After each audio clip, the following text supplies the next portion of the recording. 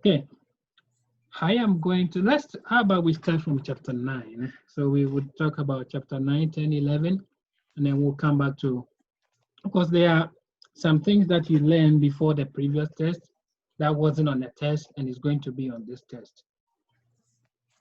So I'm going to go over that one, those ones as well. So let's see. Chapter 9. So I'm going to use my drawings. Okay. I don't know if you guys have an iPad to do your test, but if I were taking the test, this is what I'm going to do. I'm going to get rid of all the grid lines, page layout, so you can show grid lines or you can get rid of them. So I will show them and then work my way out with the pen, my pen and our paper. So chapter 9, let's start with chapter 9. Okay, good. Now, if you remember, if you recall what you did in chapter 9, you talked about something like actual planning, actual budget, right? You talked about flexible budget. So I'm just gonna use B to mean budget, okay? And you talked about planning budget. Okay. Now, this is how you can judge from these. Okay.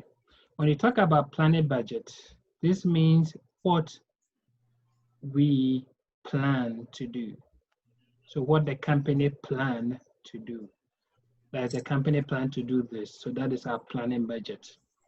Mm-hmm. When you talk about actual is what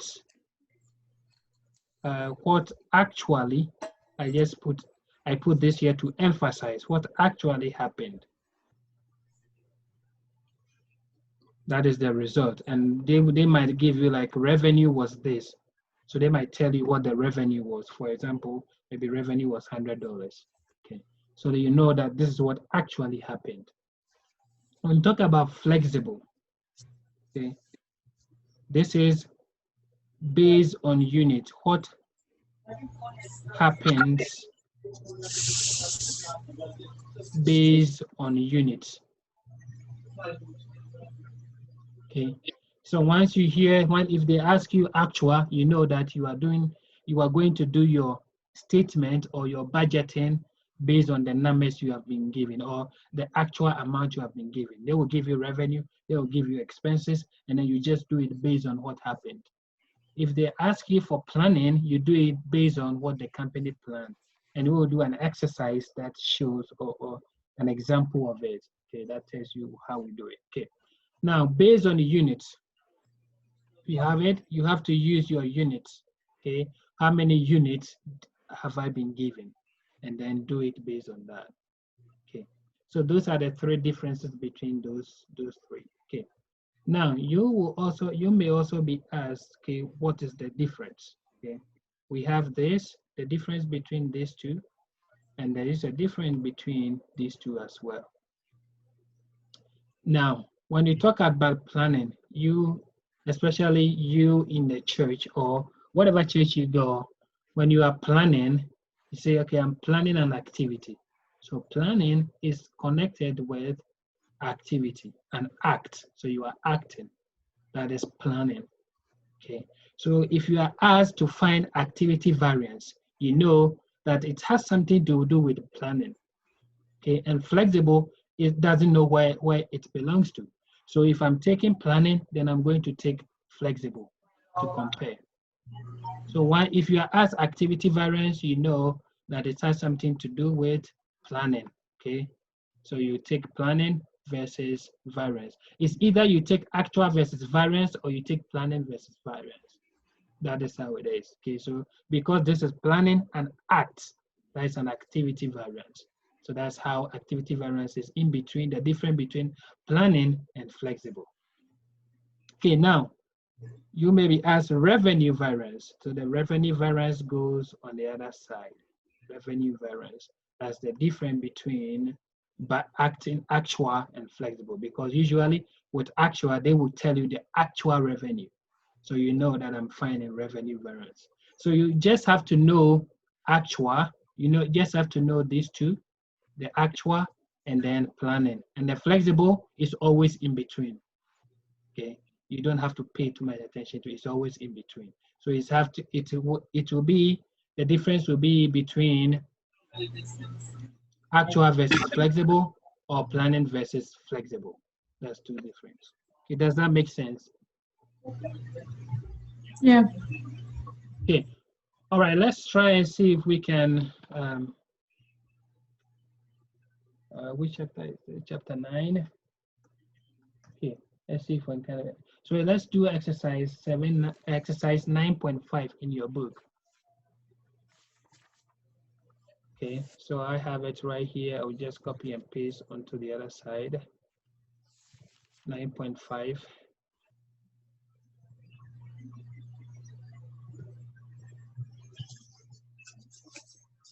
Okay, so by the way, in this test review, I'm just going over the concept so you understand the most important things.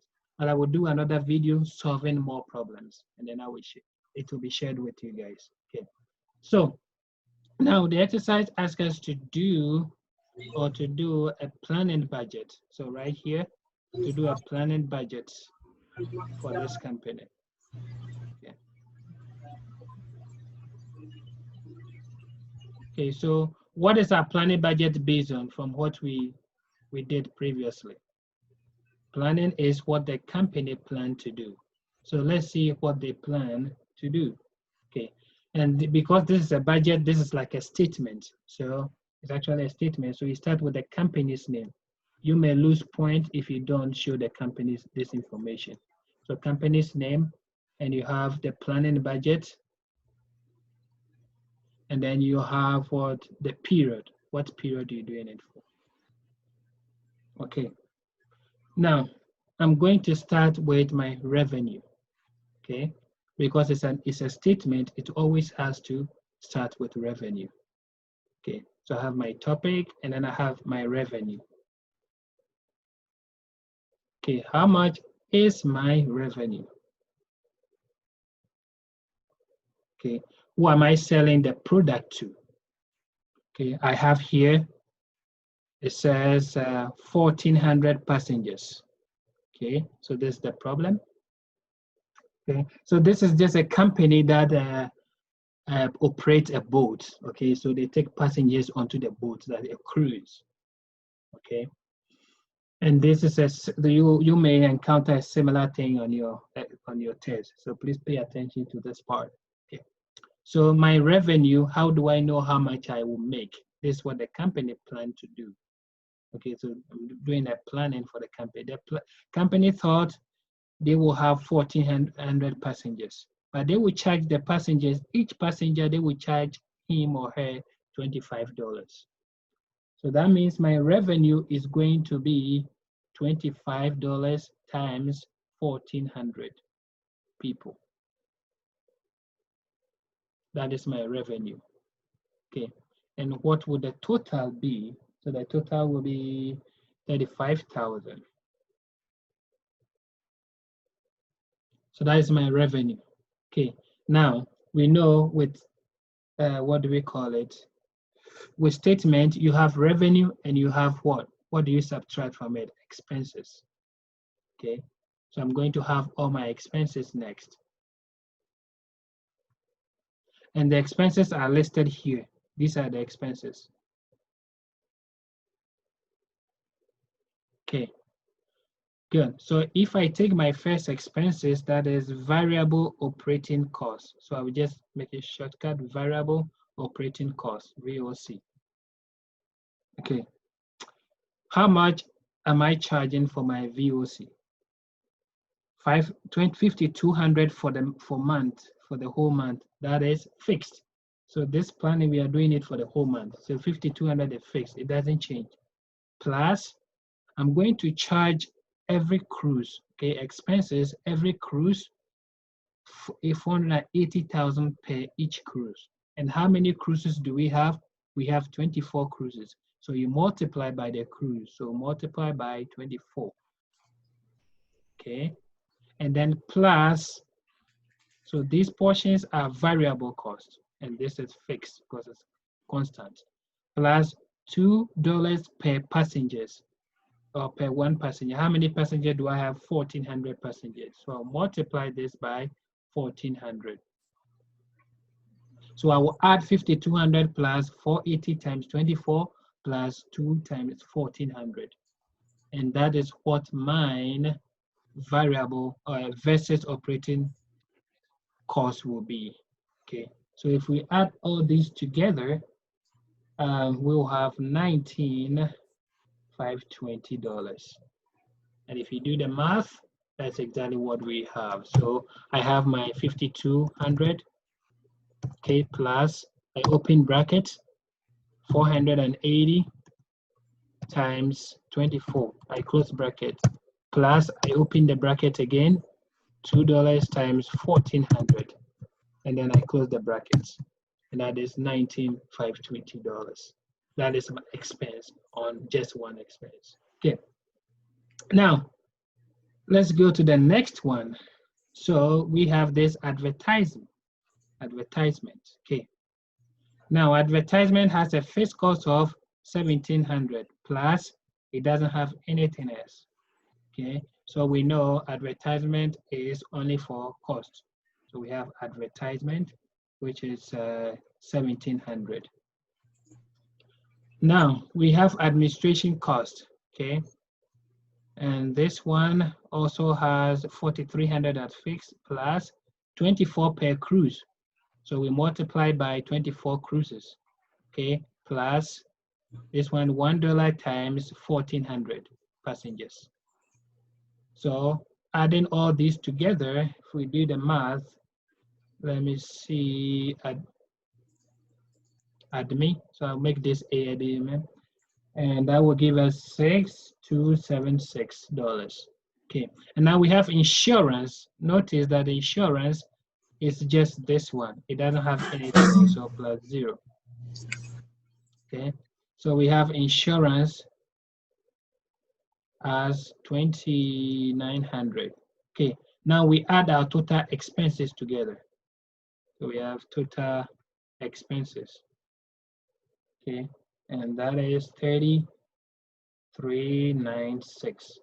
Okay, now we know to have our net operating income, we must take revenue minus all our expenses. Okay, so that will give us 4,604. I have done this already, so I remember the numbers. That's why I don't calculate them. Okay, so this will be net operating income. Does that make sense? Yeah. Okay, good.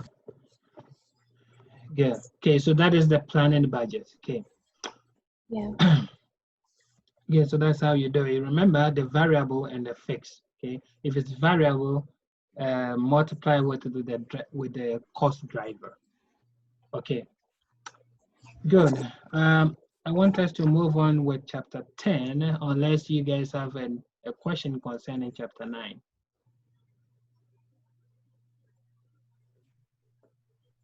No, I'm okay. Okay, good. Now let's move on to chapter 10. So I'll do this. Let's see. So chapter 10. Okay, this has a similar concept compared to this one, actual, flexible, and planning, but just a little bit different, like slightly changing concept. Okay, you have a schedule there, and the schedule, if you follow the schedule on the test, that would delay your time. Okay, so I'm going to show you a faster way to find what you have been asked to do. Okay, pay attention to these things. You will be asked to find things like price variance. Okay, you'll be asked to find things, something like material quantity variance. Okay, good. I'm going to show you a faster way to do this. Okay, similar to chapter 9, we have what we called actual. okay? And we will still have flexible in between. So flexible is always in between. And we'll have standard. Those are the three in chapter 10, actual, flexible, and standard. Now, what do this mean? What they mean is actual is what happened, just like the previous one. Flexible is in between. It doesn't belong to any. Okay, so it goes here and there. Standard is what the company planned. So those are the definitions. So plan, what happened, and then in between. Now, there are formulas for these things. Okay. You probably came across these formulas, but let's go ahead with the formulas. Because this is actual, the formulas has to be only actual. So AQ multiplied by AP. So Q means quantity. So this here is quantity and this here is price. So if you want to know how much happened, you have to know how much quantity you bought times the price per each quantity. And here, because it's standard, everything has to be S. So SQ multiplied by SP because it's standard. So the S right here, everything has to be S. And this one too, it has to be A. Now we come to the guy in the middle. This guy is a flexible guy. He doesn't have, he doesn't have to belong to one person. Okay. So what he will do is he is going to take this from here and he's going to take the price from here. And then that is how we came out with his formula. So we have AQ multiplied by SP.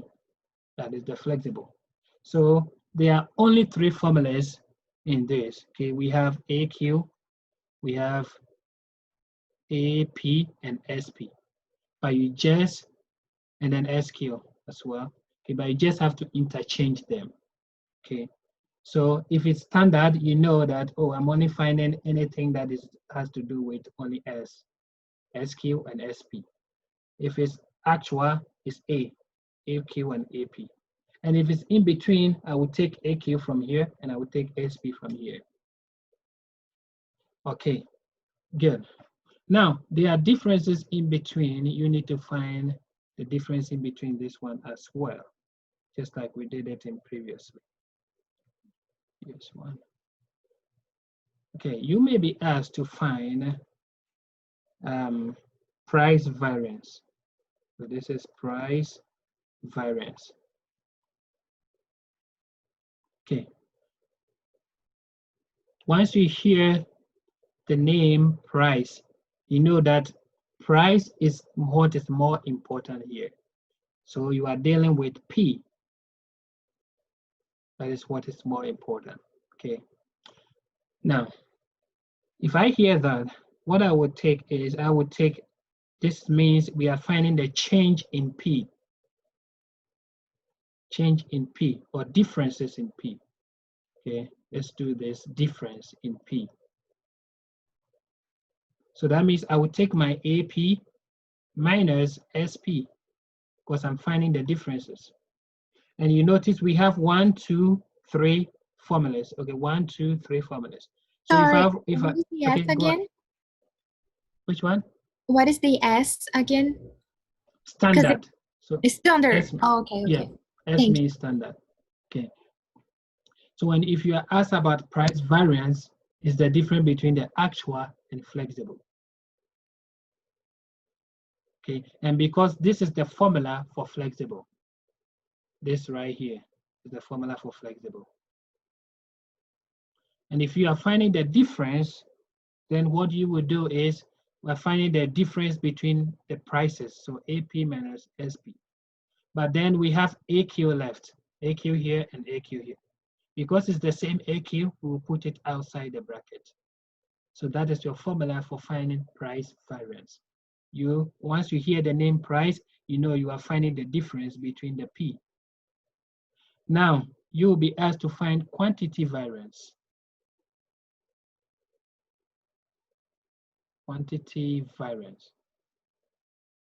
Okay, now in here, we are finding the difference between Q.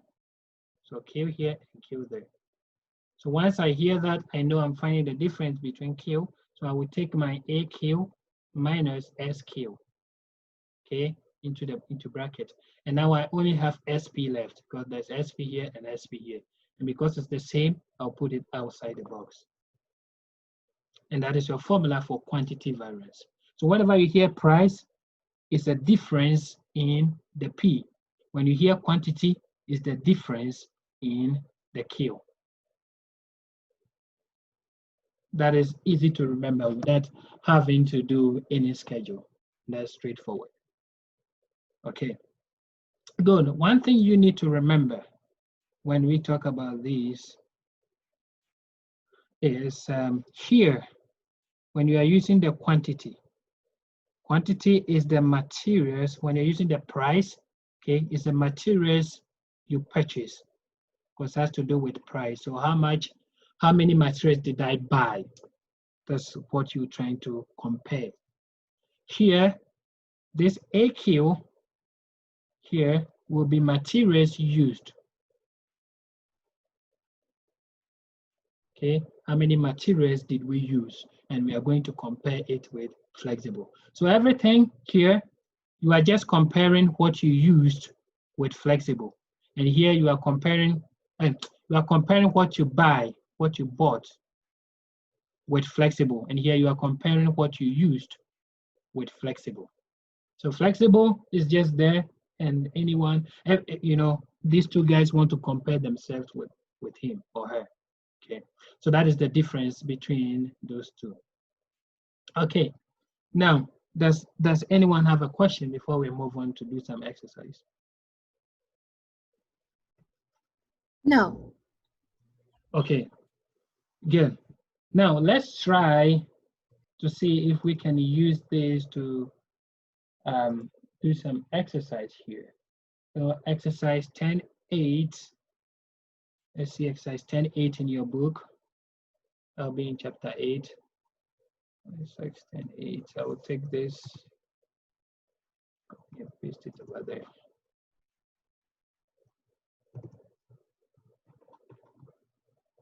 And this is likely to appear on your test, very likely.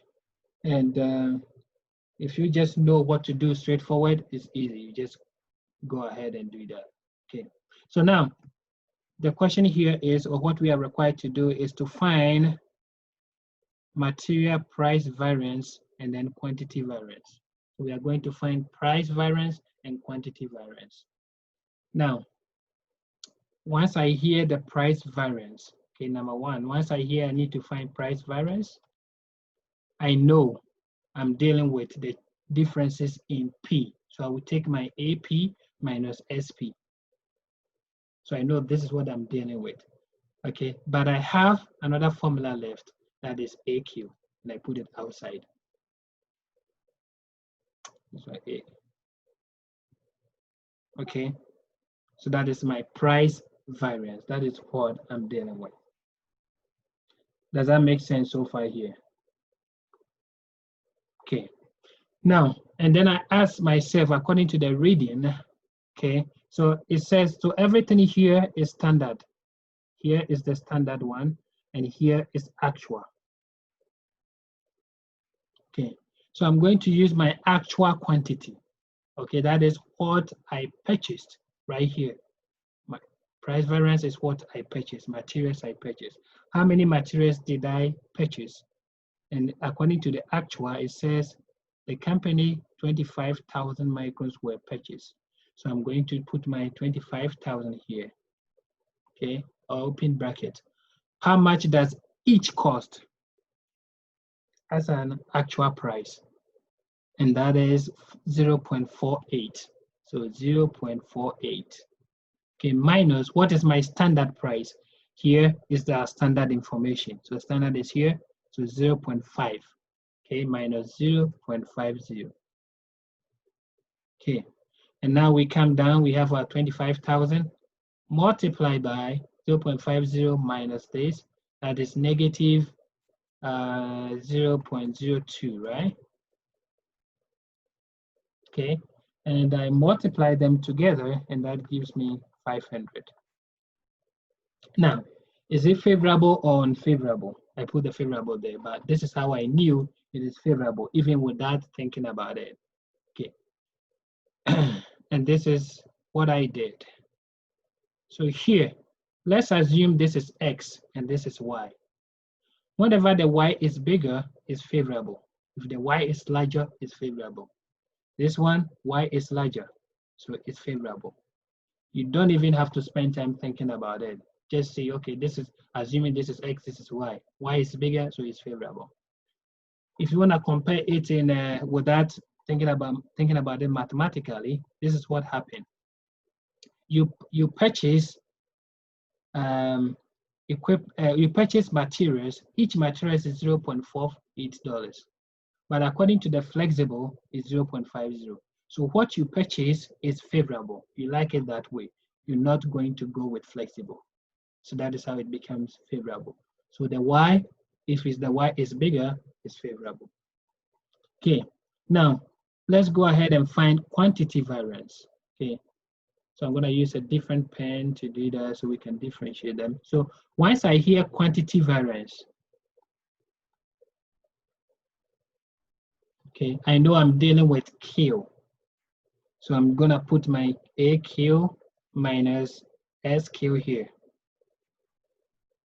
And then put one formula outside, that is SP. Okay, so that's the difference. Okay, I'm finding the difference between the quantity. Okay, now let me bring this here so that will be easy for all of us to see. What is our standard price? Standard price, we already used it. That is 0.50 right here. Okay, we already used it, so 0.50. Okay, now what is my actual quantity? Remember, I told you here, when you're comparing this, here is materials used.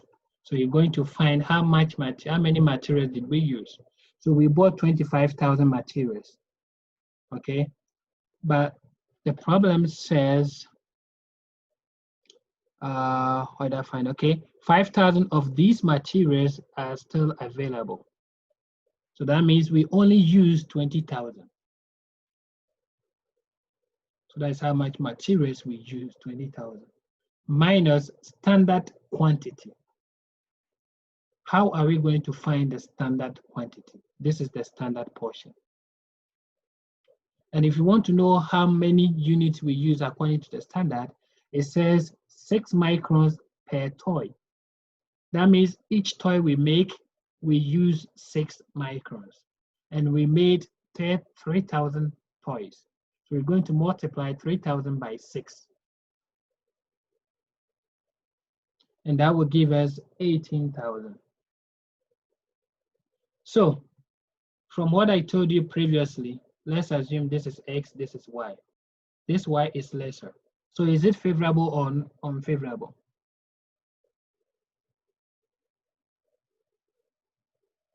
It is unfavorable. Unfavorable. Even before you find the answer, you know that it's going to be unfavorable. Before the right-hand side, which is Y, is less than the X.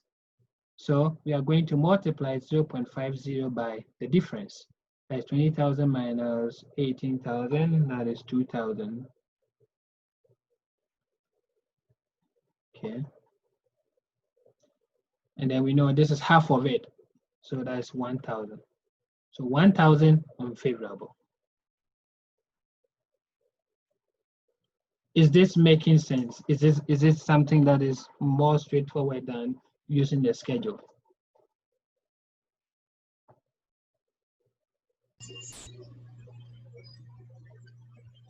Yeah, makes sense.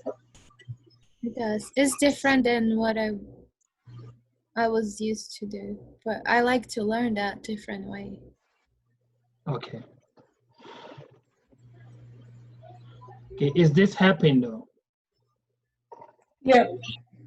Okay, so let's look at the B. So the B we have here, labor rates and efficiency variance. Okay, Now, this is similar to what we did with material variance, but let's go ahead and find the formulas for these. Okay. When we were doing the material variances, we started with actual. So we have our actual, we have our flexible in between, and we have our standard. Okay. The formula for these actual, okay, remember previously we used, so labor this with hours. Okay, so that means we are not going to use quantity, but we're going to use H. So instead of AQ, we will use AH multiplied by, instead of price, we will use rate. Okay, so this one is rate. Okay, and this one also will be standard hours, SH, multiplied by SR, SH. Remember, this is A, actual, and this is standard. This guy is going to do the same thing it did in previous example. Okay, so it's going to take the AH from here. It's going to take the SR from here. So we have AH, that's the formula for flexible, multiplied by SR. Okay, now then you may be asked to find the difference. Compare them together.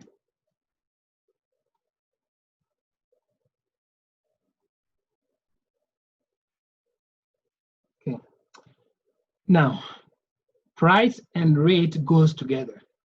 In the previous one, we found or we computed for price, that is the rate. Quantity is the number of hours. How were you efficient in using your hours? Here, how were you efficient? How efficient were you in using your materials? So with this one, we're going to ask ourselves, how efficient were we in using our materials, our hours? Okay, so the rate, this one will be rate variance.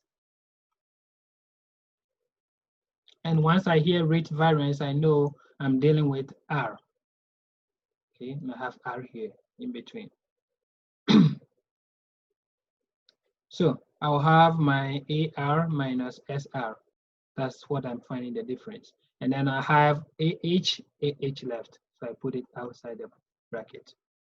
Now, when it comes to efficiency, this efficiency simply means hours.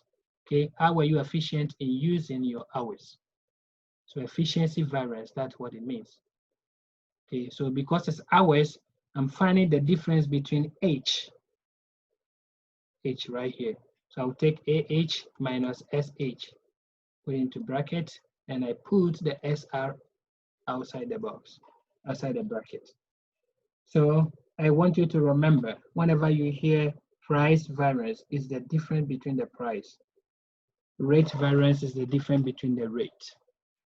And then that's just quick, and there you go. Okay, so the exercise we have here.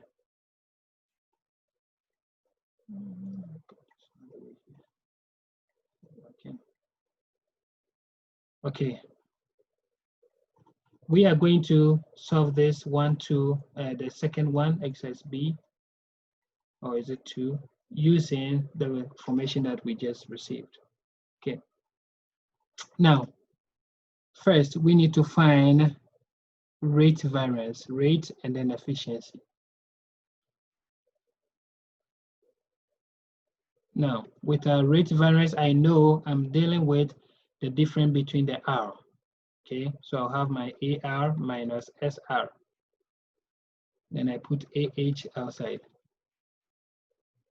Okay, what was my actual hours? Okay, so this is labor. So we are going to deal with labor. So 4,000 hours were used.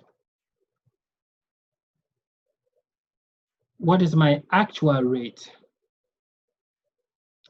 Does anyone know what my actual rate is? Okay, if the 4,000 cost me 36,000, that means I'm going to divide the 36,000 by 4,000. Okay, so if I have this 36,000 divided by 4,000, okay, This is $9. Okay. So we have our $9 as our actual rate. Minus, what is our standard rate? This is our standard portion, and this is the direct labor. So my standard is $8 per hour, so $8. Now, why is lesser? So I know it's unfavorable. So 4,000 multiplied by 1 is equal to 4,000 unfavorable. Good. Now, let's find our efficiency variance. I know efficiency, when you talk about efficiency, it's basically asking me how efficient was I using my hours. So I know I'm finding the difference between the hours. Okay. So AH minus SH. And then I put the SR outside. Okay. And this one here again. Okay, if anything doesn't make sense, please let me know and I will repeat that one. Okay, so SR, I know my SR is still 8.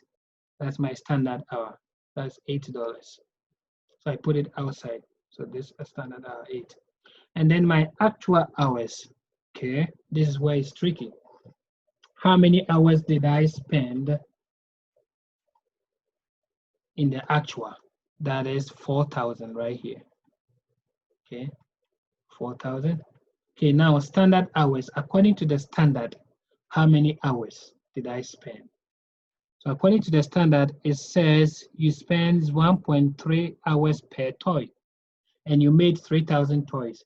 So you multiply 1.3 times the 3,000 toys. And let's see what that will be. 3,000 times 1.3. And that is 3,900. Okay, now I know this is X, this is Y, this is less. So I know it's unfavorable again. So I multiply it by, is it 100? That's 800 unfavorable. Okay, were you going to say something? No, I was just going to say that I'm understanding. Oh, you understand. Good. I'm glad. Okay. So yes, when you deal with this, you have to look for the standard because this is S. So we go and look for the information in the standard. This is H. So we are going to use the information in the actual. And that's how it goes back and forth. Okay. Good. So that is chapter. I have chapter one question. 10. Okay, Just good. to make sure. So for the test, oh, sorry. Is someone else asking? No, my Google Home thought I was talking to them. Oh, okay, I'm sorry. So, on the test, we will always be, it will always be there that where is the standard? It's like, isn't like the standard numbers will be followed by like these exercises says, establish the following standard. We will have this always, sometimes we will have to guess what is the standard. No, they will tell you. So they will Okay. tell you that the following is standard. Exactly that is this here. You sometimes they may bring standard here and actual here, but they will tell you which one is which. Okay. Yeah. That's good to know. Yeah. So you will know which one you're dealing with. Okay, good question. Okay. Awesome. Now, you talked about chapter 11. Okay. Your test is an open book, right? Yes, it is. Great. That is good. Is any of you taking math class?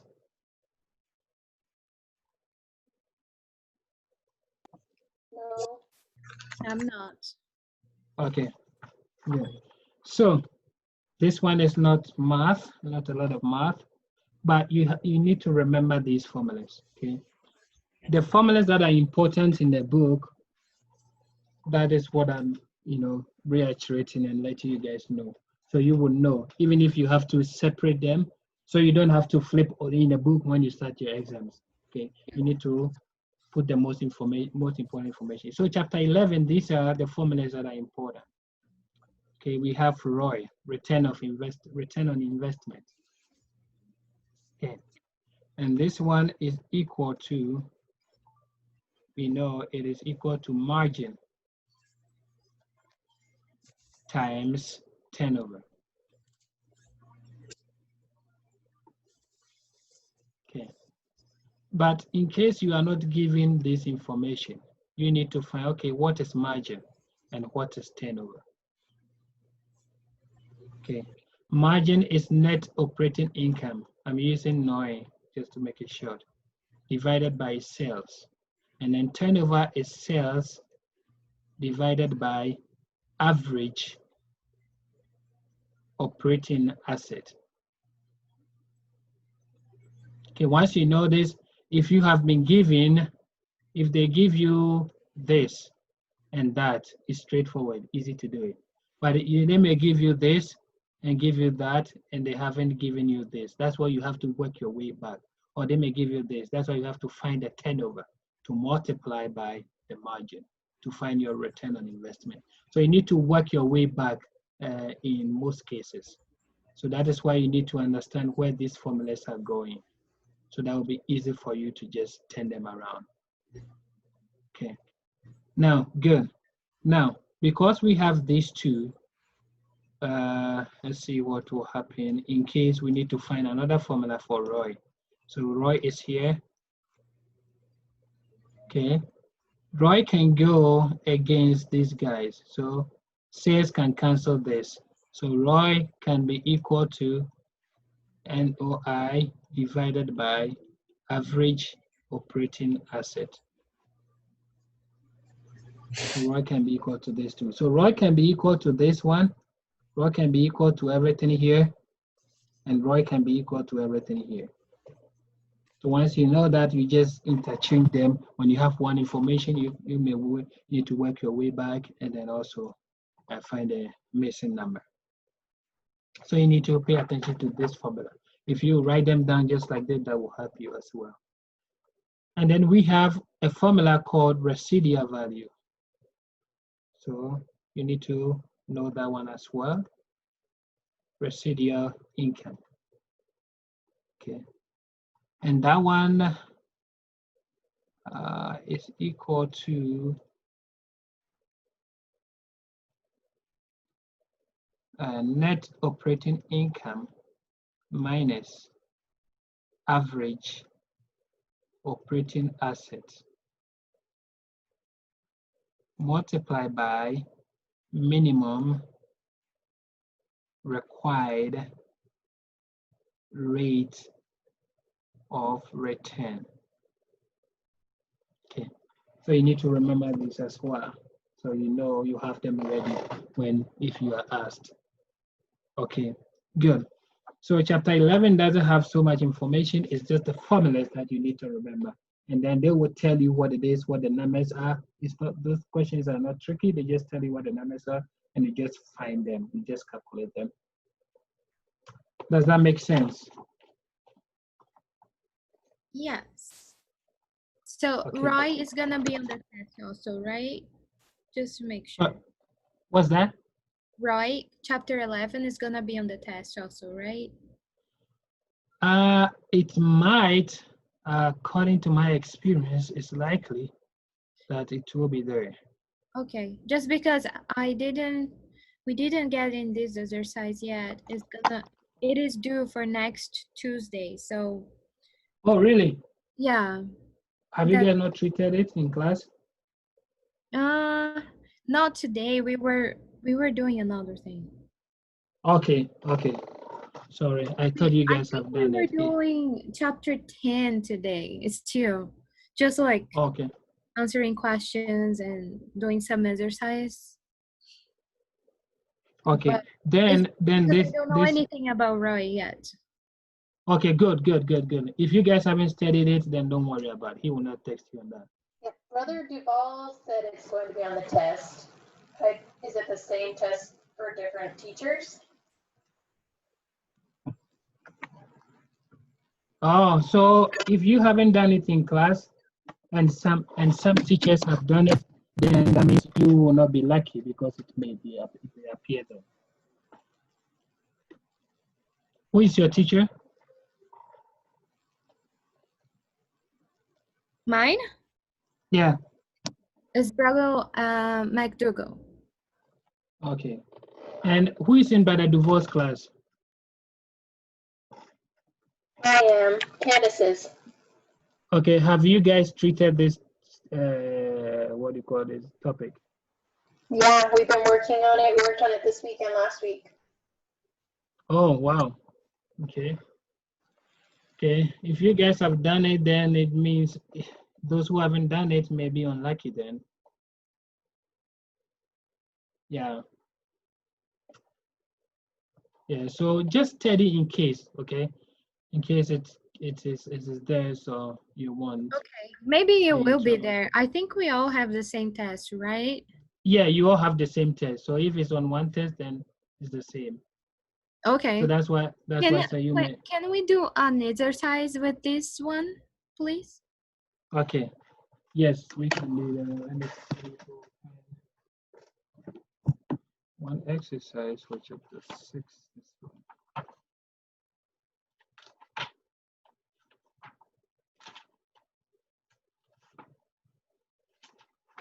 Okay, since you haven't done the exercise, let me go. Let's see what I can find. Do you guys have the same homework assignment for this weekend? It was exercise like 11-1, 11 Yeah, this Yes. one is due for me next week. Okay, what exercise is that? Let me see. Mine's due on Monday for the test. I have class on Monday, so my test is Monday. So I did it, but it was really easy just following the formulas in the book. Okay, You are so cutting yes. a lot. Candice, you are cutting a lot. I can't hear you very well. Yeah, my microphone is not good. Sorry. Okay. Okay, so turn into your book. I find this exercise here. Let's see how we can do that.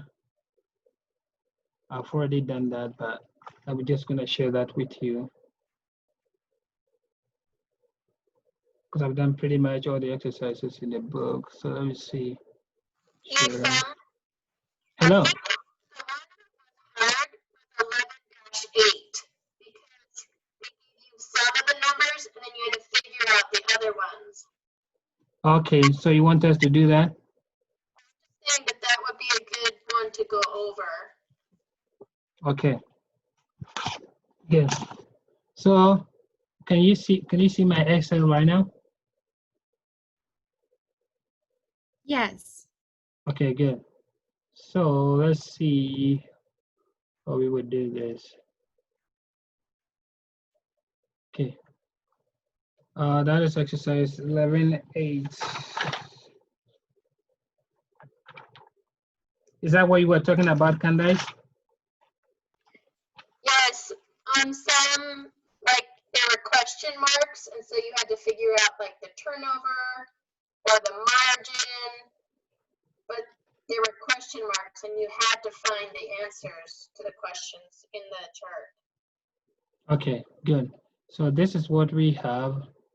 So let's assume we don't have anything here. So we have 11-8. We have two divisions, okay? So we have this Queensland and New South Wales. Okay.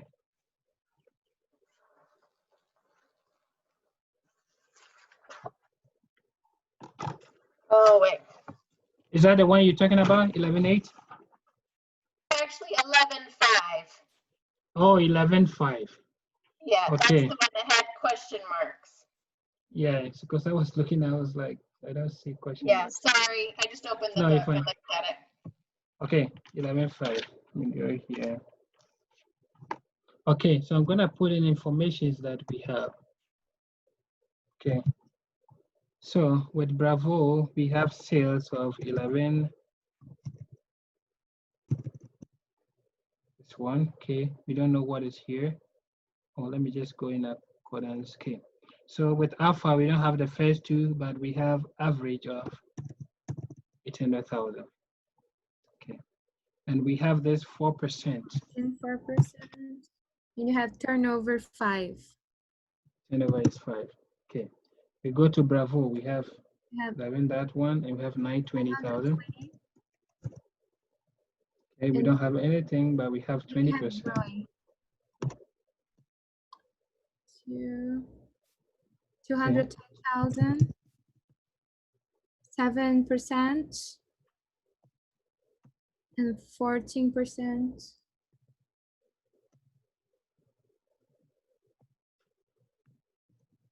All right.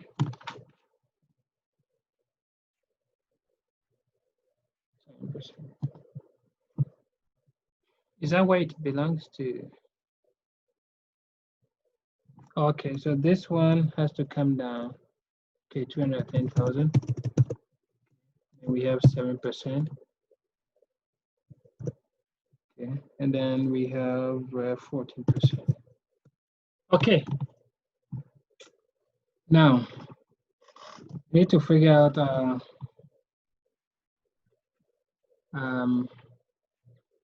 okay, is there anything we can find?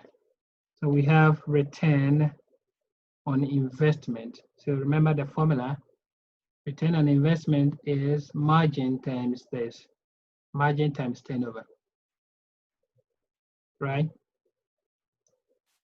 Let me show with you right here again. So once we have the formula here, return on investment is margin times turnover. So I'm gonna go to what I know is very quick and easy to find. Okay, so this one times that, that's my return on investment, 20%. Okay. Now I have my average. And so we can find Right. the Charlie, right? That would be like 14 divided by 7, the turnover. For this one, Charlie. Yeah, it's just Okay. Good. Okay. Good. Okay. So you guys guide me so we can do it. So we see, follow the formula and then see what else should we do. Net sales.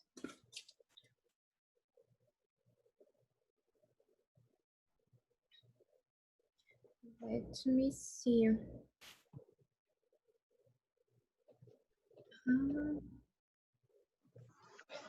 Okay, so on the Bravo, we have the sales and we have the Net we have average the two, operating, net operating income. yes. Okay. And so we can find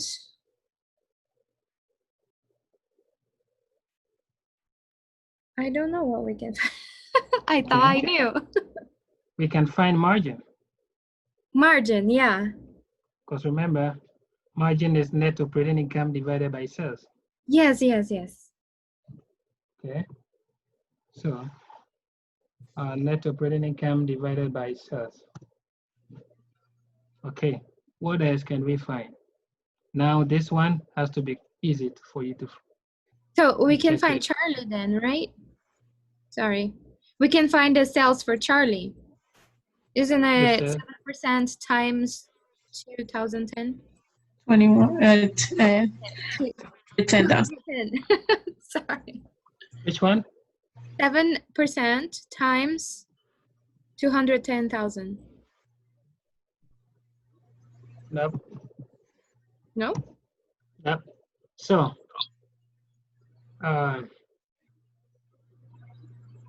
okay.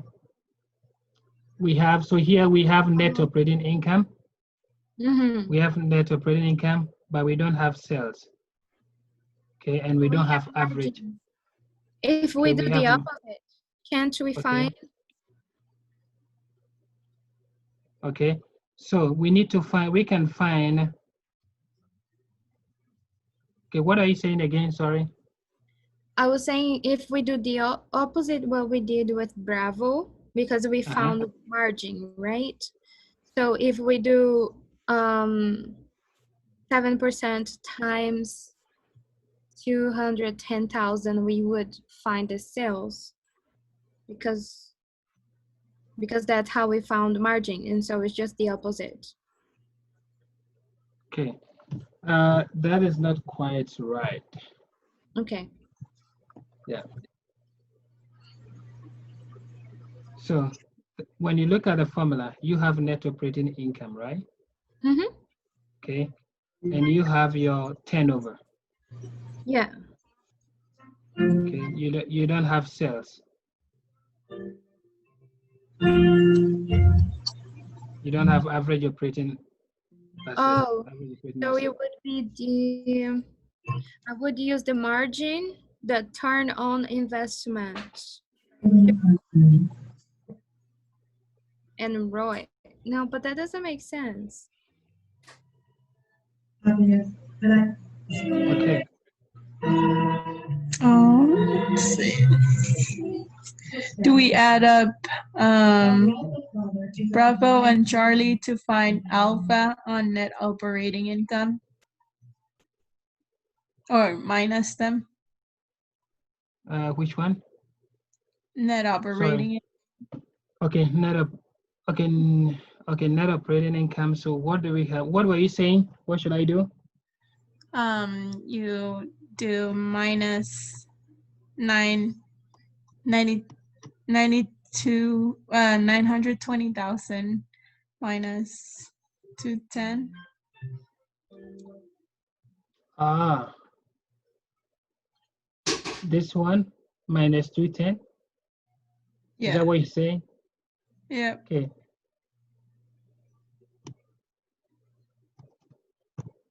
Remember, this is not a segment, what do we call it? Where we want to find the total. Like when you have your segment table, you need to find the total. We are not trying to find the total. These are separate individual segments. So this one, the alpha is not the total of this. So you cannot do that. Okay.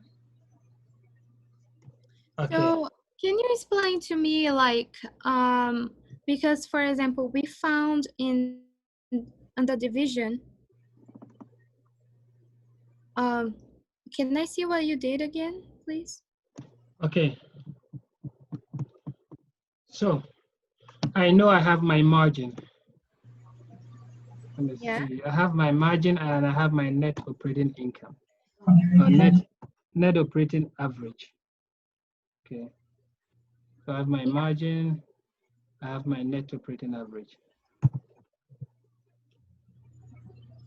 Okay. Net operating average is margin is equal to net operating average divided by sales. Yeah. So now I'm looking for sales. Yeah, that was what I was asking you. Why can't we do margin times net operating income and find the sales? We have to divide it. Oh, you divided that? Yeah, because remember this goes this way. So margin and sales equal to net operating. Now you need to find sales, so you divide by margin. Okay. Oh. Does it make sense? Because you work your way with the formula. Mm-hmm. Does it make sense?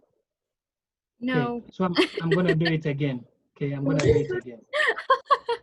Sorry. No, it's fine. Okay, so this is what we have. Maybe use a red pen. Okay, so I know that margin equal to net operating income divided by sales, right? Uh-huh. Okay, and I want to find my sales. So Yes. what I'm going to do is I'm going to do cross multiplication with this. Yeah. Okay, so that means margin times sales equal to net operating income. And I need to find sales. So I'm going to divide this by M, this multiplication, and divide this by M. And this goes away. And I have my sales equal to net operating income divided by margin. Does it make sense? Again? Or should I repeat that again? That makes sense to me. That does make sense. I just feel like it's a lot. I Yeah. wouldn't do it by myself. I would just do the opposite, like pass cell to the other side and multiply it. But it's wrong. Yeah. It's good to know because I would do it wrong on my Yeah. test. Once you have the formula down, so the formula I showed you guys previously, if you have this one down, and then you ask yourself, okay, which one do I have? I know I have sales. Oh, I don't have sales, but I have net operating income. I have net operating income, and then where's the pen not working? Okay, I have net operating income, and I have this. So now let me do the equation and find x and find sales over here. So you work your way backwards, and that gives you the answer. Okay. Okay. So I know I'm going to take net operating income. Oh, yeah, net operating income divided by margin.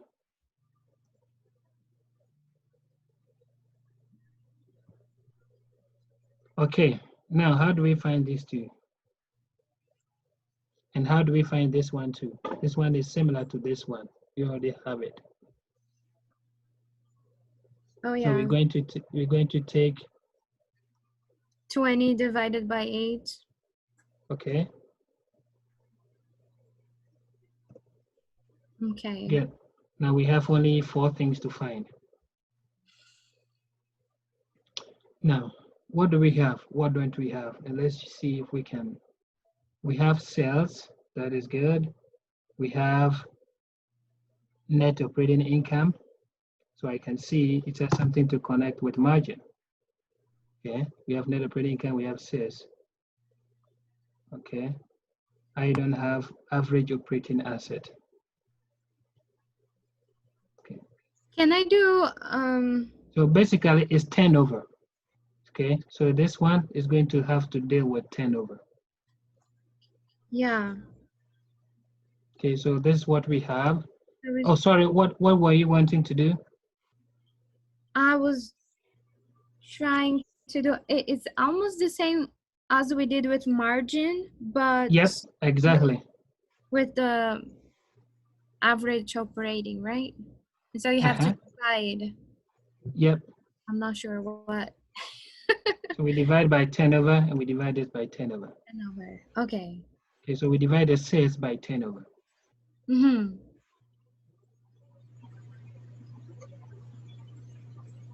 Sales.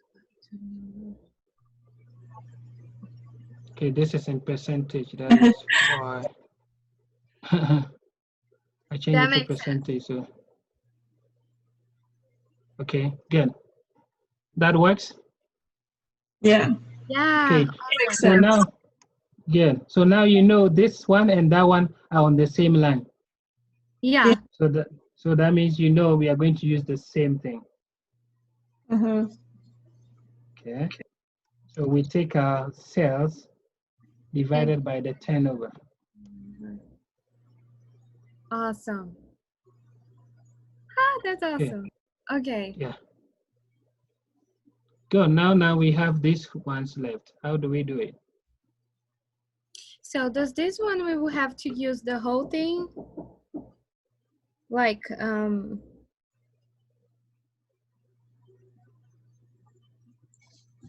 the whole, I don't know how to explain it. The margin, the ROI equals margin times turnover. Yes. If you do that, that will give you this. So you're just on the same place. Okay, because we have ROI, we have return on investment, we have margin, and we have turnover. But then just we will have to put all the information in, like NOI divided by sales and times sales divided by Okay. the average. So this is what you're going to do. You have something that can help you. Okay. So what do we have from the formula that I showed? We have turnover here. Okay. Mhm. We don't have sales. but we have average operating asset.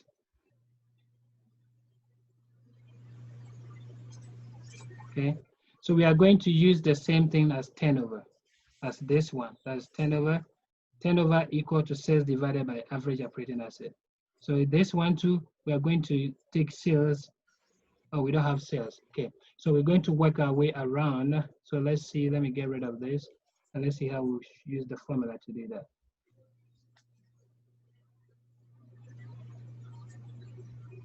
Okay, so, okay, give me this. Okay, so our turnover equal to sales divided by average operating asset, right? Mm-hmm. And what are we trying to find? We are trying to find sales. Yes. Do we have our turnover? We do. So we do cross multiplication. So we have T AVA equal to sales.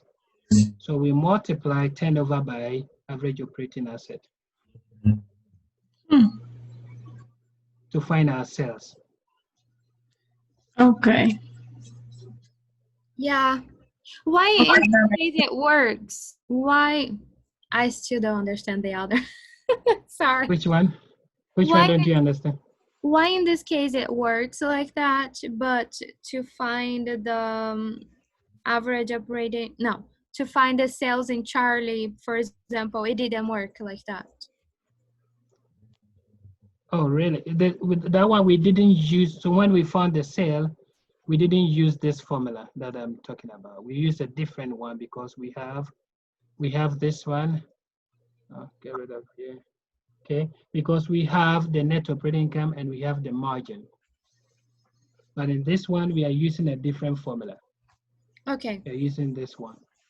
So once you have the formula, so if you have the formula written down in your book, okay, once it comes, you ask yourself, okay, which one do I have? I have this. If I have this, that means I need to find this. Okay, so you work your way back and forth, and then that helps.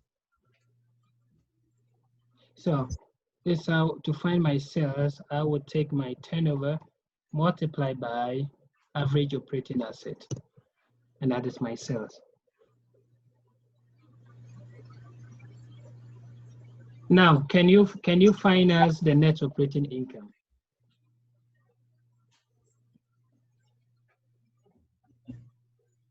It has to do with the formula for margin.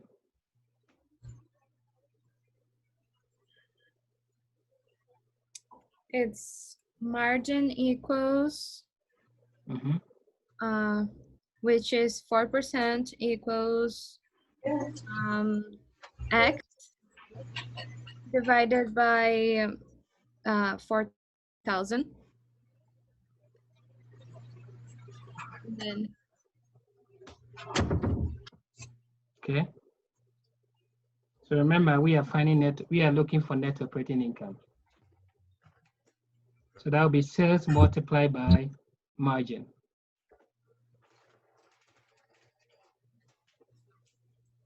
Does this make sense, or is this confusing? no, it does make sense. Okay.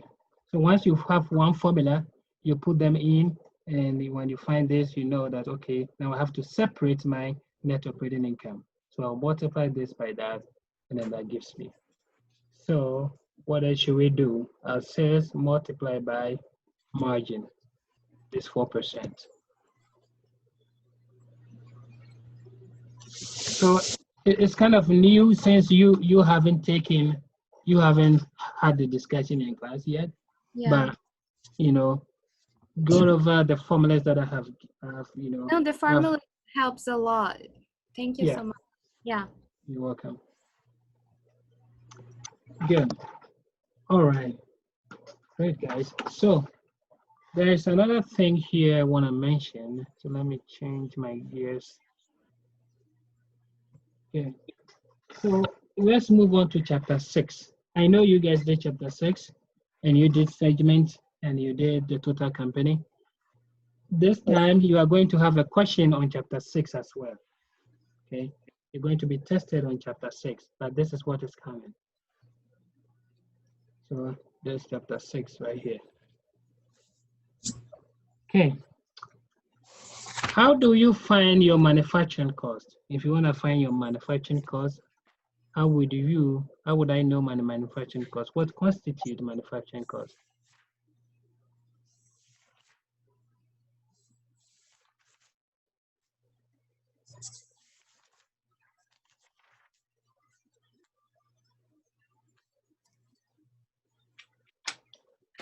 Okay, so manufacturing cost, we know to find out how much it costs us to make a product, we need to find out our direct material, direct labor, and manufacturing overhead, right?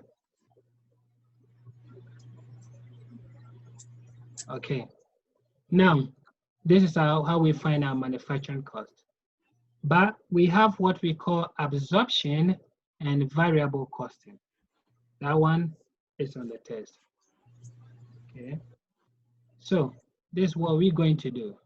So we go here and we go here. Okay, we use this for absorption,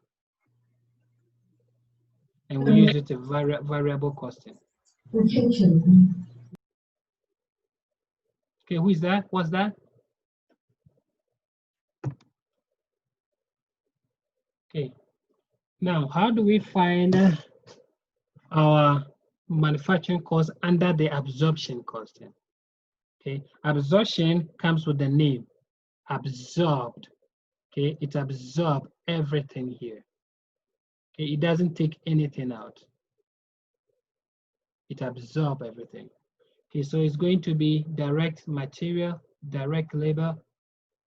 And remember, manufacturing overhead, we have two types. We have fixed manufacturing overhead, and we have variable manufacturing overhead. Manufacturing overhead comes in two. So it will take all the manufacturing overhead. So in this case, fixed manufacturing overhead and variable manufacturing overhead. But variable costing only takes the variable portion of manufacturing overhead. So it's going to take the direct material, all right. It's going to take the direct labor, all right. But then it's picky when it comes to variable manufacturing overhead. It's only going to take variable manufacturing overhead. So that is the difference between absorption cost and variable costing. Absorption absorbs everything. It takes everything in. It's not picky, it's not selective. But variable costing is selective. It only accepts variable manufacturing overhead, and then it rejects the fixed manufacturing overhead. Does that make sense? And then we have on the income statement, okay? So this is how you find how much manufacturing costs, how much it costs to make a product. And then we have income statement. These two guys also have different income statements. So I'll do the income statement here. Okay, this one I will do with absorption cost, and this one variable costing. With absorption costing, the income statement is a traditional format, so traditional. And with variable is contributional format. Okay, and now you guys, if you will recall how we do traditional format income statement and contributional format income. Traditional is the one that we use in accounting 101 and accounting 102. We have our sales, we have our cost of goods sold, and that is minus, and we have our gross margin. Okay, and then minus selling and administrative expense, admin expense. Okay, and then we have our net operating income. But when it comes to variable costing, we have our sales. We have variable expenses. Okay, and then we will have our contribution margin. This is where we got the name from contribution format. Contribution margin minus all fixed expenses. And that gives us our net operating income. So these are the differences. Okay, when it comes to their income statement, absorption has the traditional format, variable has the contributional format. Then when it comes to product cost, we have direct material, direct labor. Absorption takes everything in. But variable is picky. It only takes variable in. Okay. Does that make sense before we do some exercise concerning this?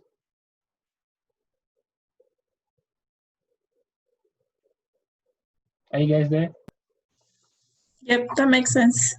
That does make sense. Sorry. Okay. Ethan, can you scroll down just for a minute? I was typing out what you had on contribution a little bit more. Thank you.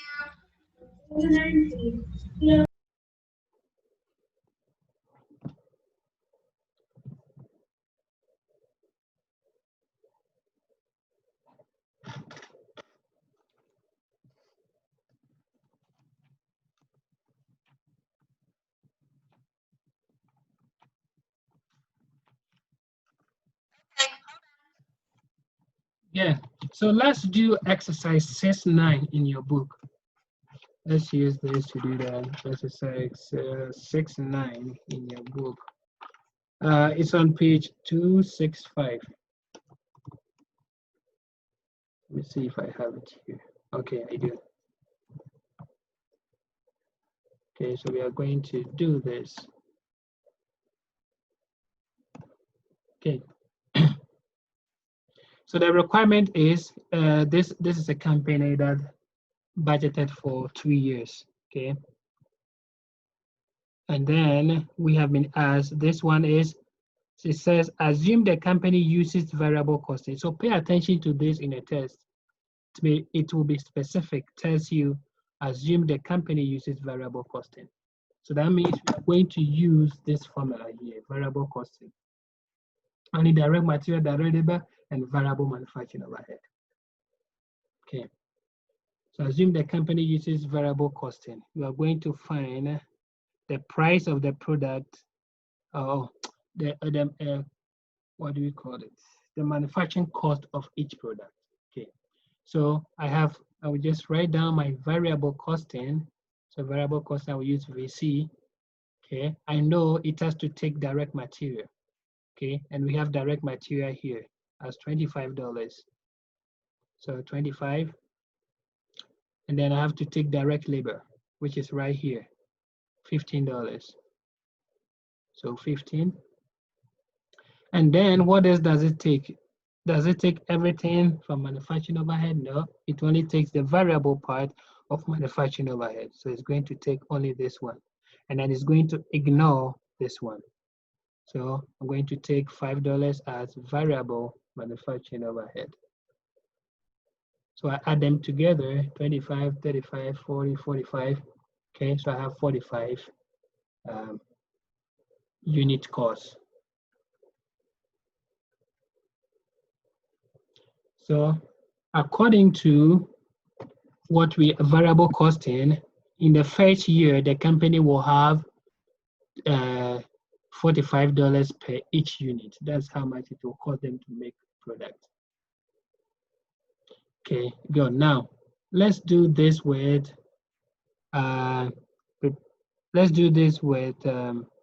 what do we call it? Absorption cost. Okay, I'm gonna use a different pen to make. So let's assume we are doing the absorption cost. So absorb cost. Absorption cost takes everything in. Okay, so direct material is going to be the same here, $25. Direct labor is going to be the same here, which is $15. But here comes the differences. Okay, variable manufacturing overhead is going to take that one in. So variable manufacturing overhead, that is 5. But then it's going to take fixed also. So fixed manufacturing overhead. Should we write 250,000 here? Okay, so if it costs us 250,000 to make all the product, how many product did we make in the first year? So it says Wash produce 50,000 product. So we're going to take the 250,000 because that 250,000 is for all the product. Okay. divided by 50,000.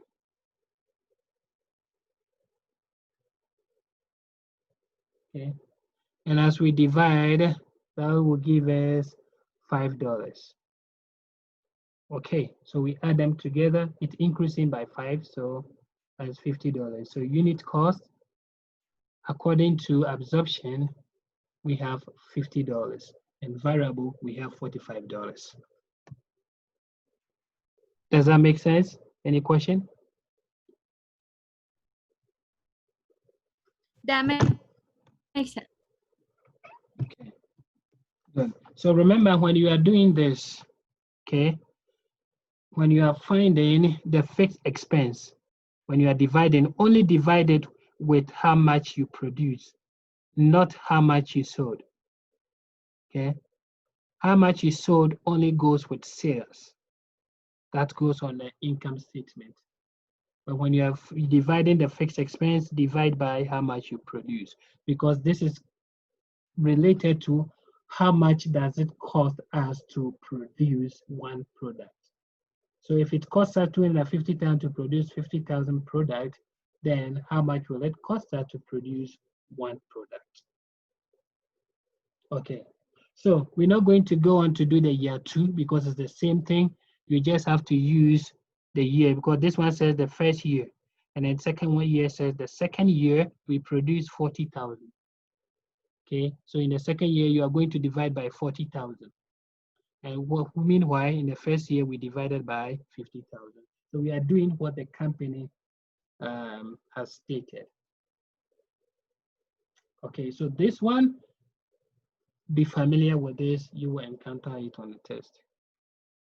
Okay, good. Any question before I remind you of chapter 2? Because chapter 2, you did it at the beginning of the semester, but you are going to encounter it on the test. Any question with chapter 6? Any question on chapter 6? Just one question for clarification. You told us that every time it says variable calculation, something like that, we are gonna use the this formula, right? The variable formula. But Yes. when we need to do the absorption formula, what is that going to say? Are you talking about unit product? Oh, the absorption. Yeah, the absorption. Okay, which formula are you talking about? This one or the income statement formula? Go up a little bit. Okay, a little bit more. Okay, here. You told us about those two formulas, right? One, you have to calculate the cost of goods sold. The other one is just sales and variable expenses. So in this exercise we just did, we used the variable formula, right? The sales minus variable expenses and Yep. No. Okay. When do I know I should use the absorption? On the income statement. Okay. So when do you know if you should use it on the income statement? Mm-hmm. Okay. So it will tell you what type of income statement they want you to do. Okay. So yeah, so it will tell you. So if they want you to do income statement, they will, after doing this, okay, and they will tell you do an income statement for variable costing. Okay, so let's do an example here. Let me divide this into 2 and do the variable costing. So our variable costing will be sales. What is our sales? We sold 40,000. Mm-hmm. Okay, we sold 40,000 units. Okay, how much is each price? Is 60 per unit, $60. Mm-hmm. So we are going to take 40,000 times 60. 40,000 times 60, that is 240,000. That is our sales. Okay, now our variable costing, this is our variable.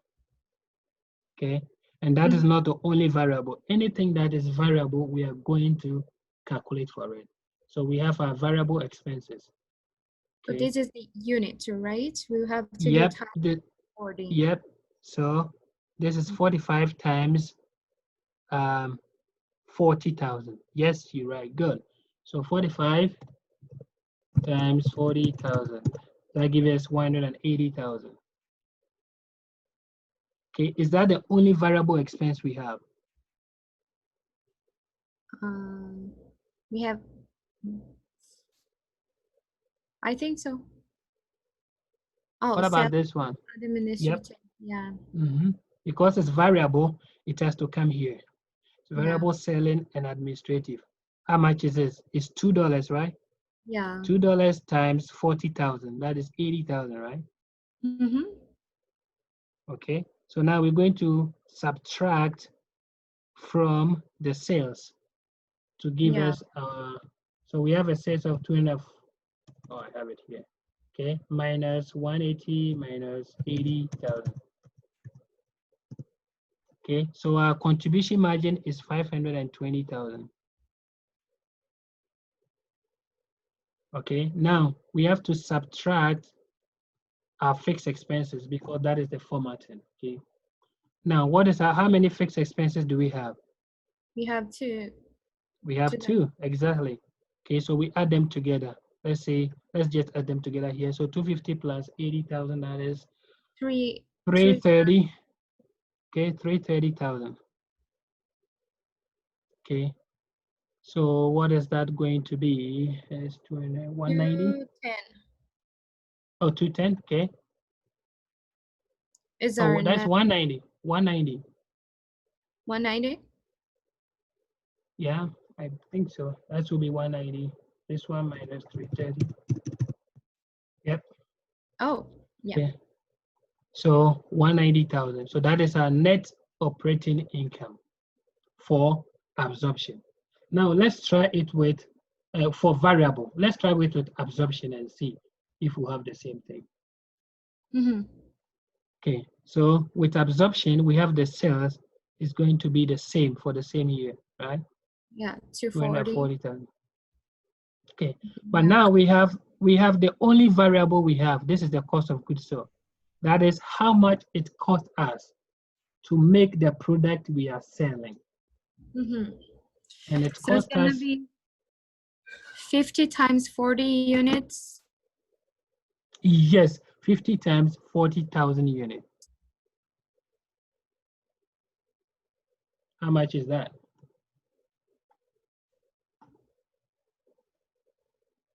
It's 200,000.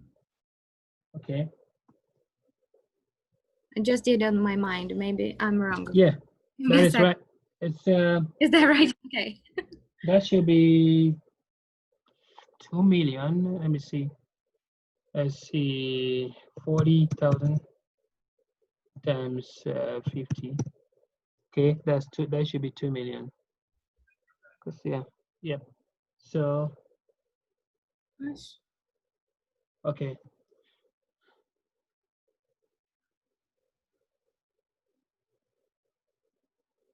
Okay, so this one should be 200 and let's see, 2,400,000 actually.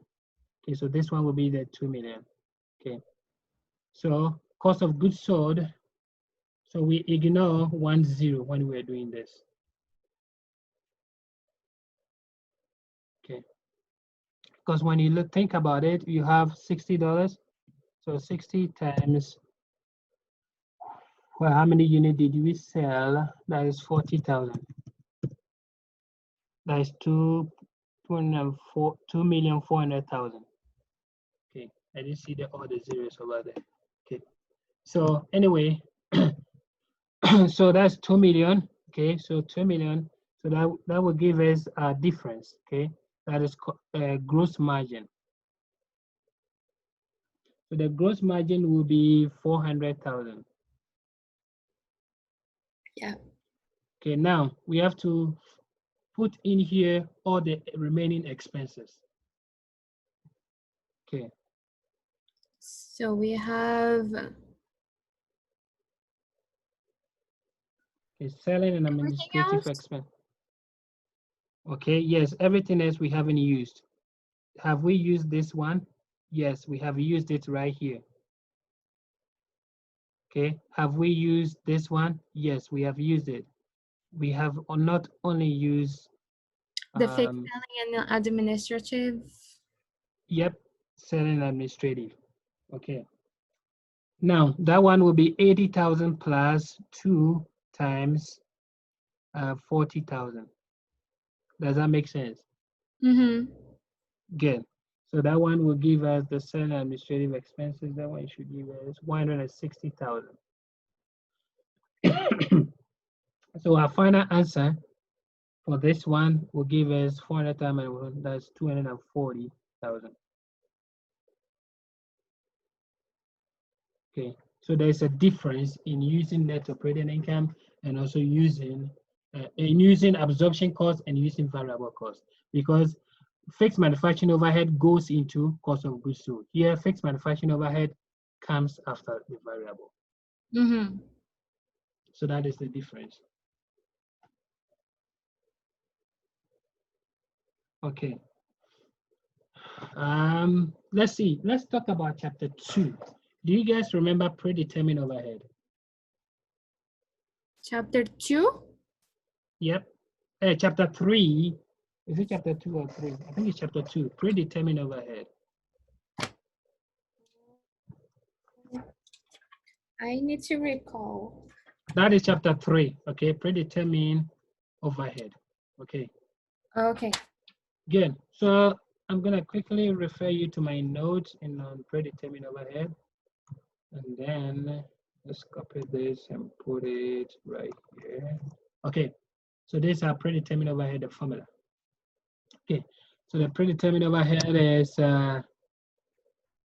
F plus VH as over there divided by H. Or if you love math, you can use this one, A plus BX divided by X. So it's the same X that is coming here, or the same V that is coming here. Okay, and this one is on the test. And all these figures are from the previous data, because we know pre is what you have already decided before the year started. So you decided last year that you are going to do this year. Okay. Let's see if we will find an exercise that will be very relevant to what we're doing.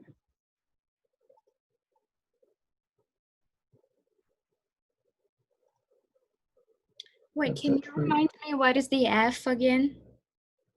Oh, F is fixed expense. So here, Expense. that makes sense. So this is fixed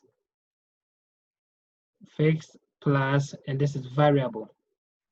Variable So hour yeah, variable times times H. So H could be any allocation, hours. Okay, that is hours. So but you have to pay attention. Is it what is the cost driver? Is it machine hours or is it labor hours? That's one thing you need to pay attention to as well. Okay. Let me see if I can find an exercise that is okay. So let's do exercise 314. I'm looking at it in a book right here. What page is this one? So 314, which is on page. Oh, that I saw it. Okay, on page 119. Okay, let me see if I have my problems. Okay, I don't have it. So 119. How do I search this? 160. Okay. 119.314. I'm just gonna copy and paste this screenshot and then work on it.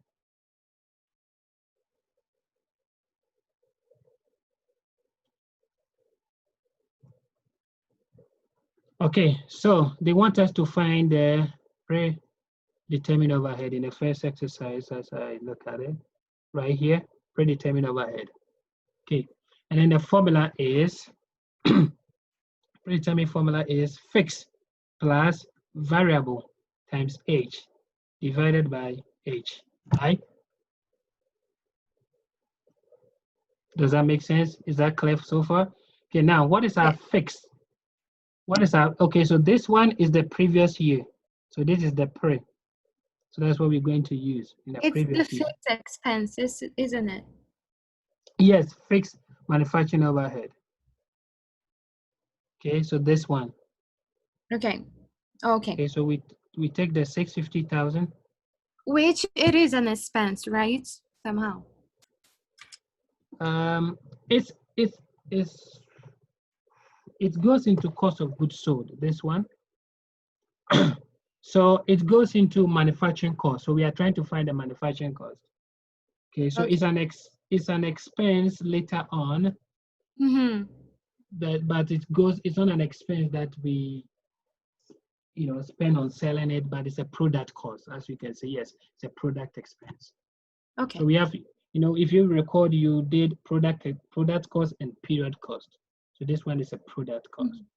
Okay, so 650 plus, what is our variable? Manufacturing, the $3. $3 multiplied by the hours right here, machine hours, 10,000. Oh, 10,000. 100,000 actually. Oh, Okay, 100,000. divided by H. We are going to use the same H. Oh, the 100,000. Exactly. So that's the formula. Now, at the end, what are we going to 50 divided? So this one is going to be 950,000 divided by 100,000, and that is 9.5. So our predetermined overhead is $9.5. Okay. Good. Now we have our predetermined overhead. Now they want us to find this one and complete the following available spec. Complete the total. Okay, total manufacturing cost. And remember, I did manufacturing cost with you right now. That the manufacturing cost, the formula for finding manufacturing cost is direct material, direct labor, and manufacturing overhead. So let's go there and do manufacturing cost for this product. Okay, so we know manufacturing cost, we need a direct material, we need direct labor, and we need manufacturing overhead.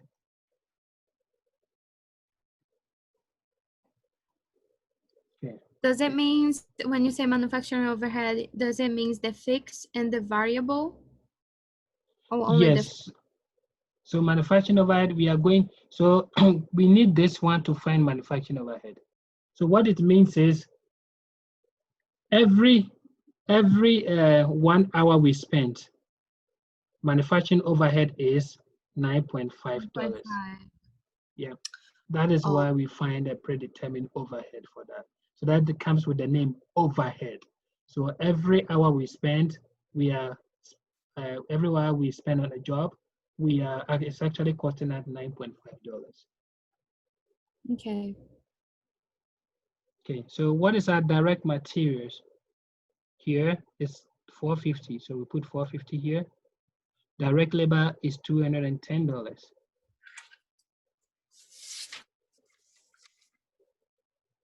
Now, what do we have with our manufacturing overhead? Okay, it's 9.5 times, how many hours did we spend? Is 950,000 the manufacturing overhead? No, how many? Okay, yes, yeah, this is tricky. I'm sure you use this one, right? That's Yes, why I you are did. confused. Okay, this one is this one is used to find the predetermined. And when you are going to find the actual one, you use what actually happened. Oh, okay, okay. And so So it use should be the 40 hours? exactly. So it should be 40. Oh, okay. Okay. So you use the year before to find the predetermined, and then you multiply by the actual one. Okay. Okay. So that one should give us, this one is 380.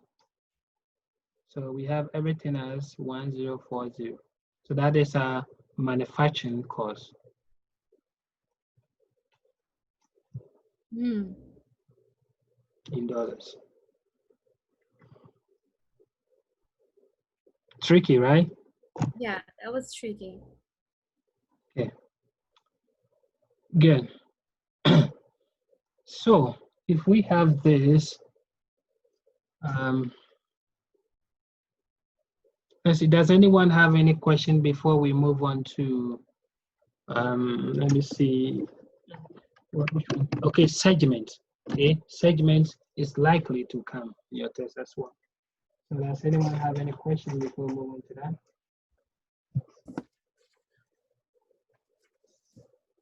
I don't have any questions. Okay, good. What is this? Juliet, are you there? Yeah, I'm here. I'm following. Okay, good. Hey, welcome, Cameron. Thank you. Yep, just jumping on for the last bit. Okay, good. All right. So now, oh, get rid of this. I just needed the names. Okay, good. I'm going to talk about this one that I have the format in here. Okay, I'm going to talk about this later. Let me talk about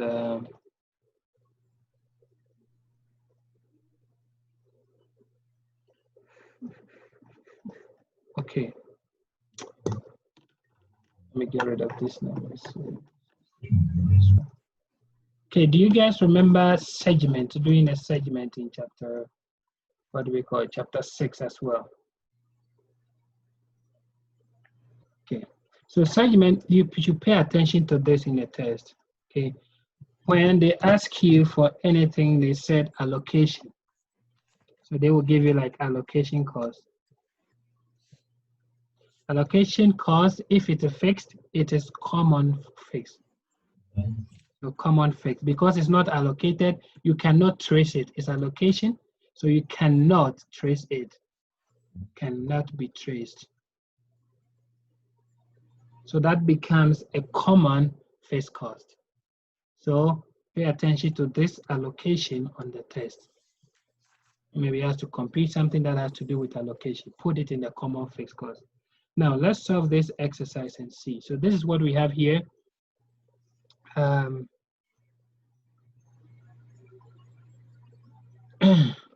It says we should compute for segmented by division, right? Desired by the president. So I have these names over here already. Okay. So what I'm going to do is, this is the total. This is what it says to total. This is the total, and this is segment.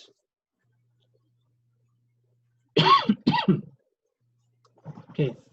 Now, when it comes to East, what is our sales in East?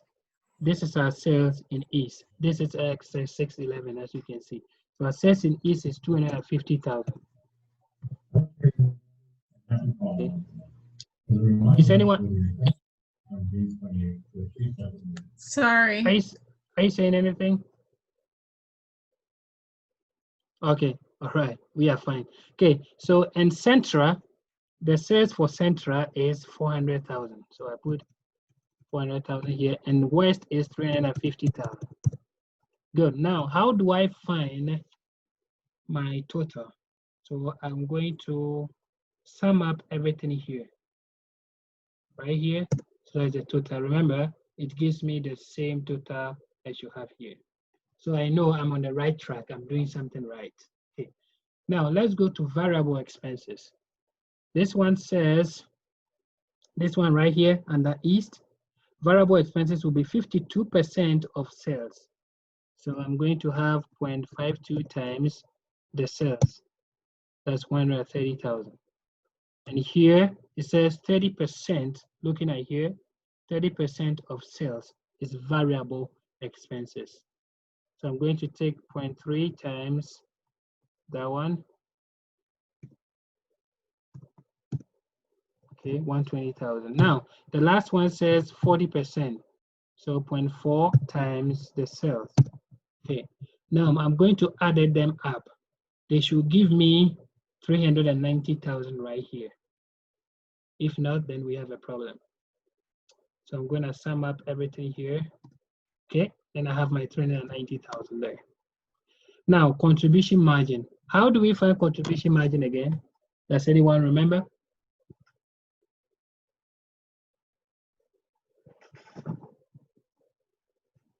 Okay, so we take our sales minus variable cost. exactly. Okay, good. And then I can just drag it all over. That would save me so much time. Okay. So that's my contribution. And remember, this is 610, and I have the same 610 right here. So I know something is working right. Okay. Okay. So now, let me see what I have to do. I have to. Okay. Now my total fixed. Okay. Now I have here traceable fixed expenses. Oh, my pen isn't working. Okay. Traceable fixed expenses. Have I been given traceable fixed expenses? Yes, right here. So I'm going to put them because they are traceable. They go under what we call the segment. So 160,000 for East, 200,000 for Central, and 175,000 for West. Now I'm going to sum them up.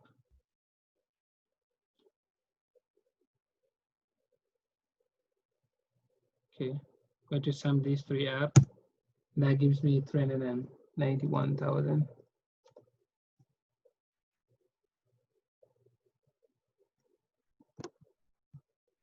Okay, good.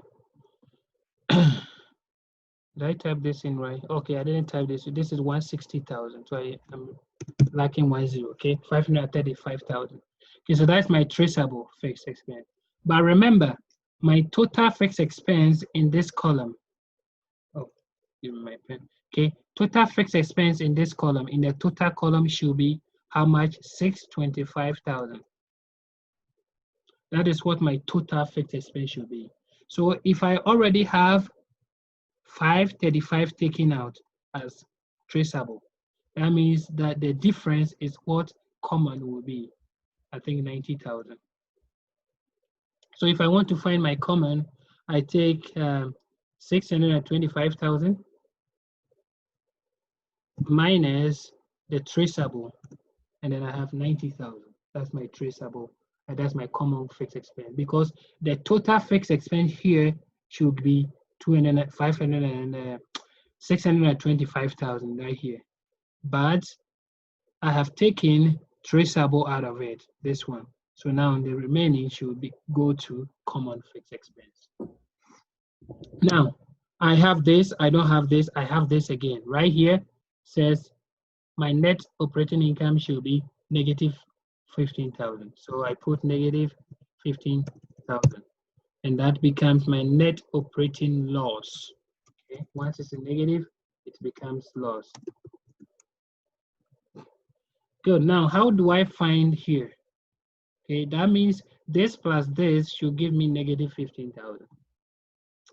Segment minus this minus this should give me negative 15,000. And I know from what I'm looking at that that should be 75,000, because this minus this should be over. So that should give me 75,000. So now how do I find the segment to make it 75,000? So let's see, I take this minus, what will give me plus, so plus this one, and then I have my 75,000 there. So that is how you do it when you are asked to do the segment. Okay, you divide it, and they will not tell you what common fix is. They will not tell you. They will give you keywords like allocation, and you know that is common. And if you don't have your allocation or common fixed expense, take your total expense, total fixed expense, and subtract the what do we call it, the traceable, which is the segment, and the remaining is common. Does that make sense? Yeah. Okay, good. So in this review, I went deeper with the concept, how to understand it. Okay, so you guys will receive a video on solving the questions. And then with solving problems, I'm not going to explain the concept. I'm just going to solve it so you know how to do it. But because you guys have been here, you understand what I'm doing. Because these chapters are confusing. It's nothing like what do we call it? What you guys did in Financial 101 and 102. Do you have a question? Let me see. Cameron, were you talking? No, I don't have a question. Well, I guess I do now. Are you going to send us the recordings? Is that what you said? Yes, you guys were going to receive a recording. Okay, perfect. Nice, thank you. You're welcome. Okay, does anyone have any question before we depart? When are you guys taking your test? Who is taking it tomorrow? I think ours it will be open on Tuesday after class, I believe, from Tuesday to Thursday.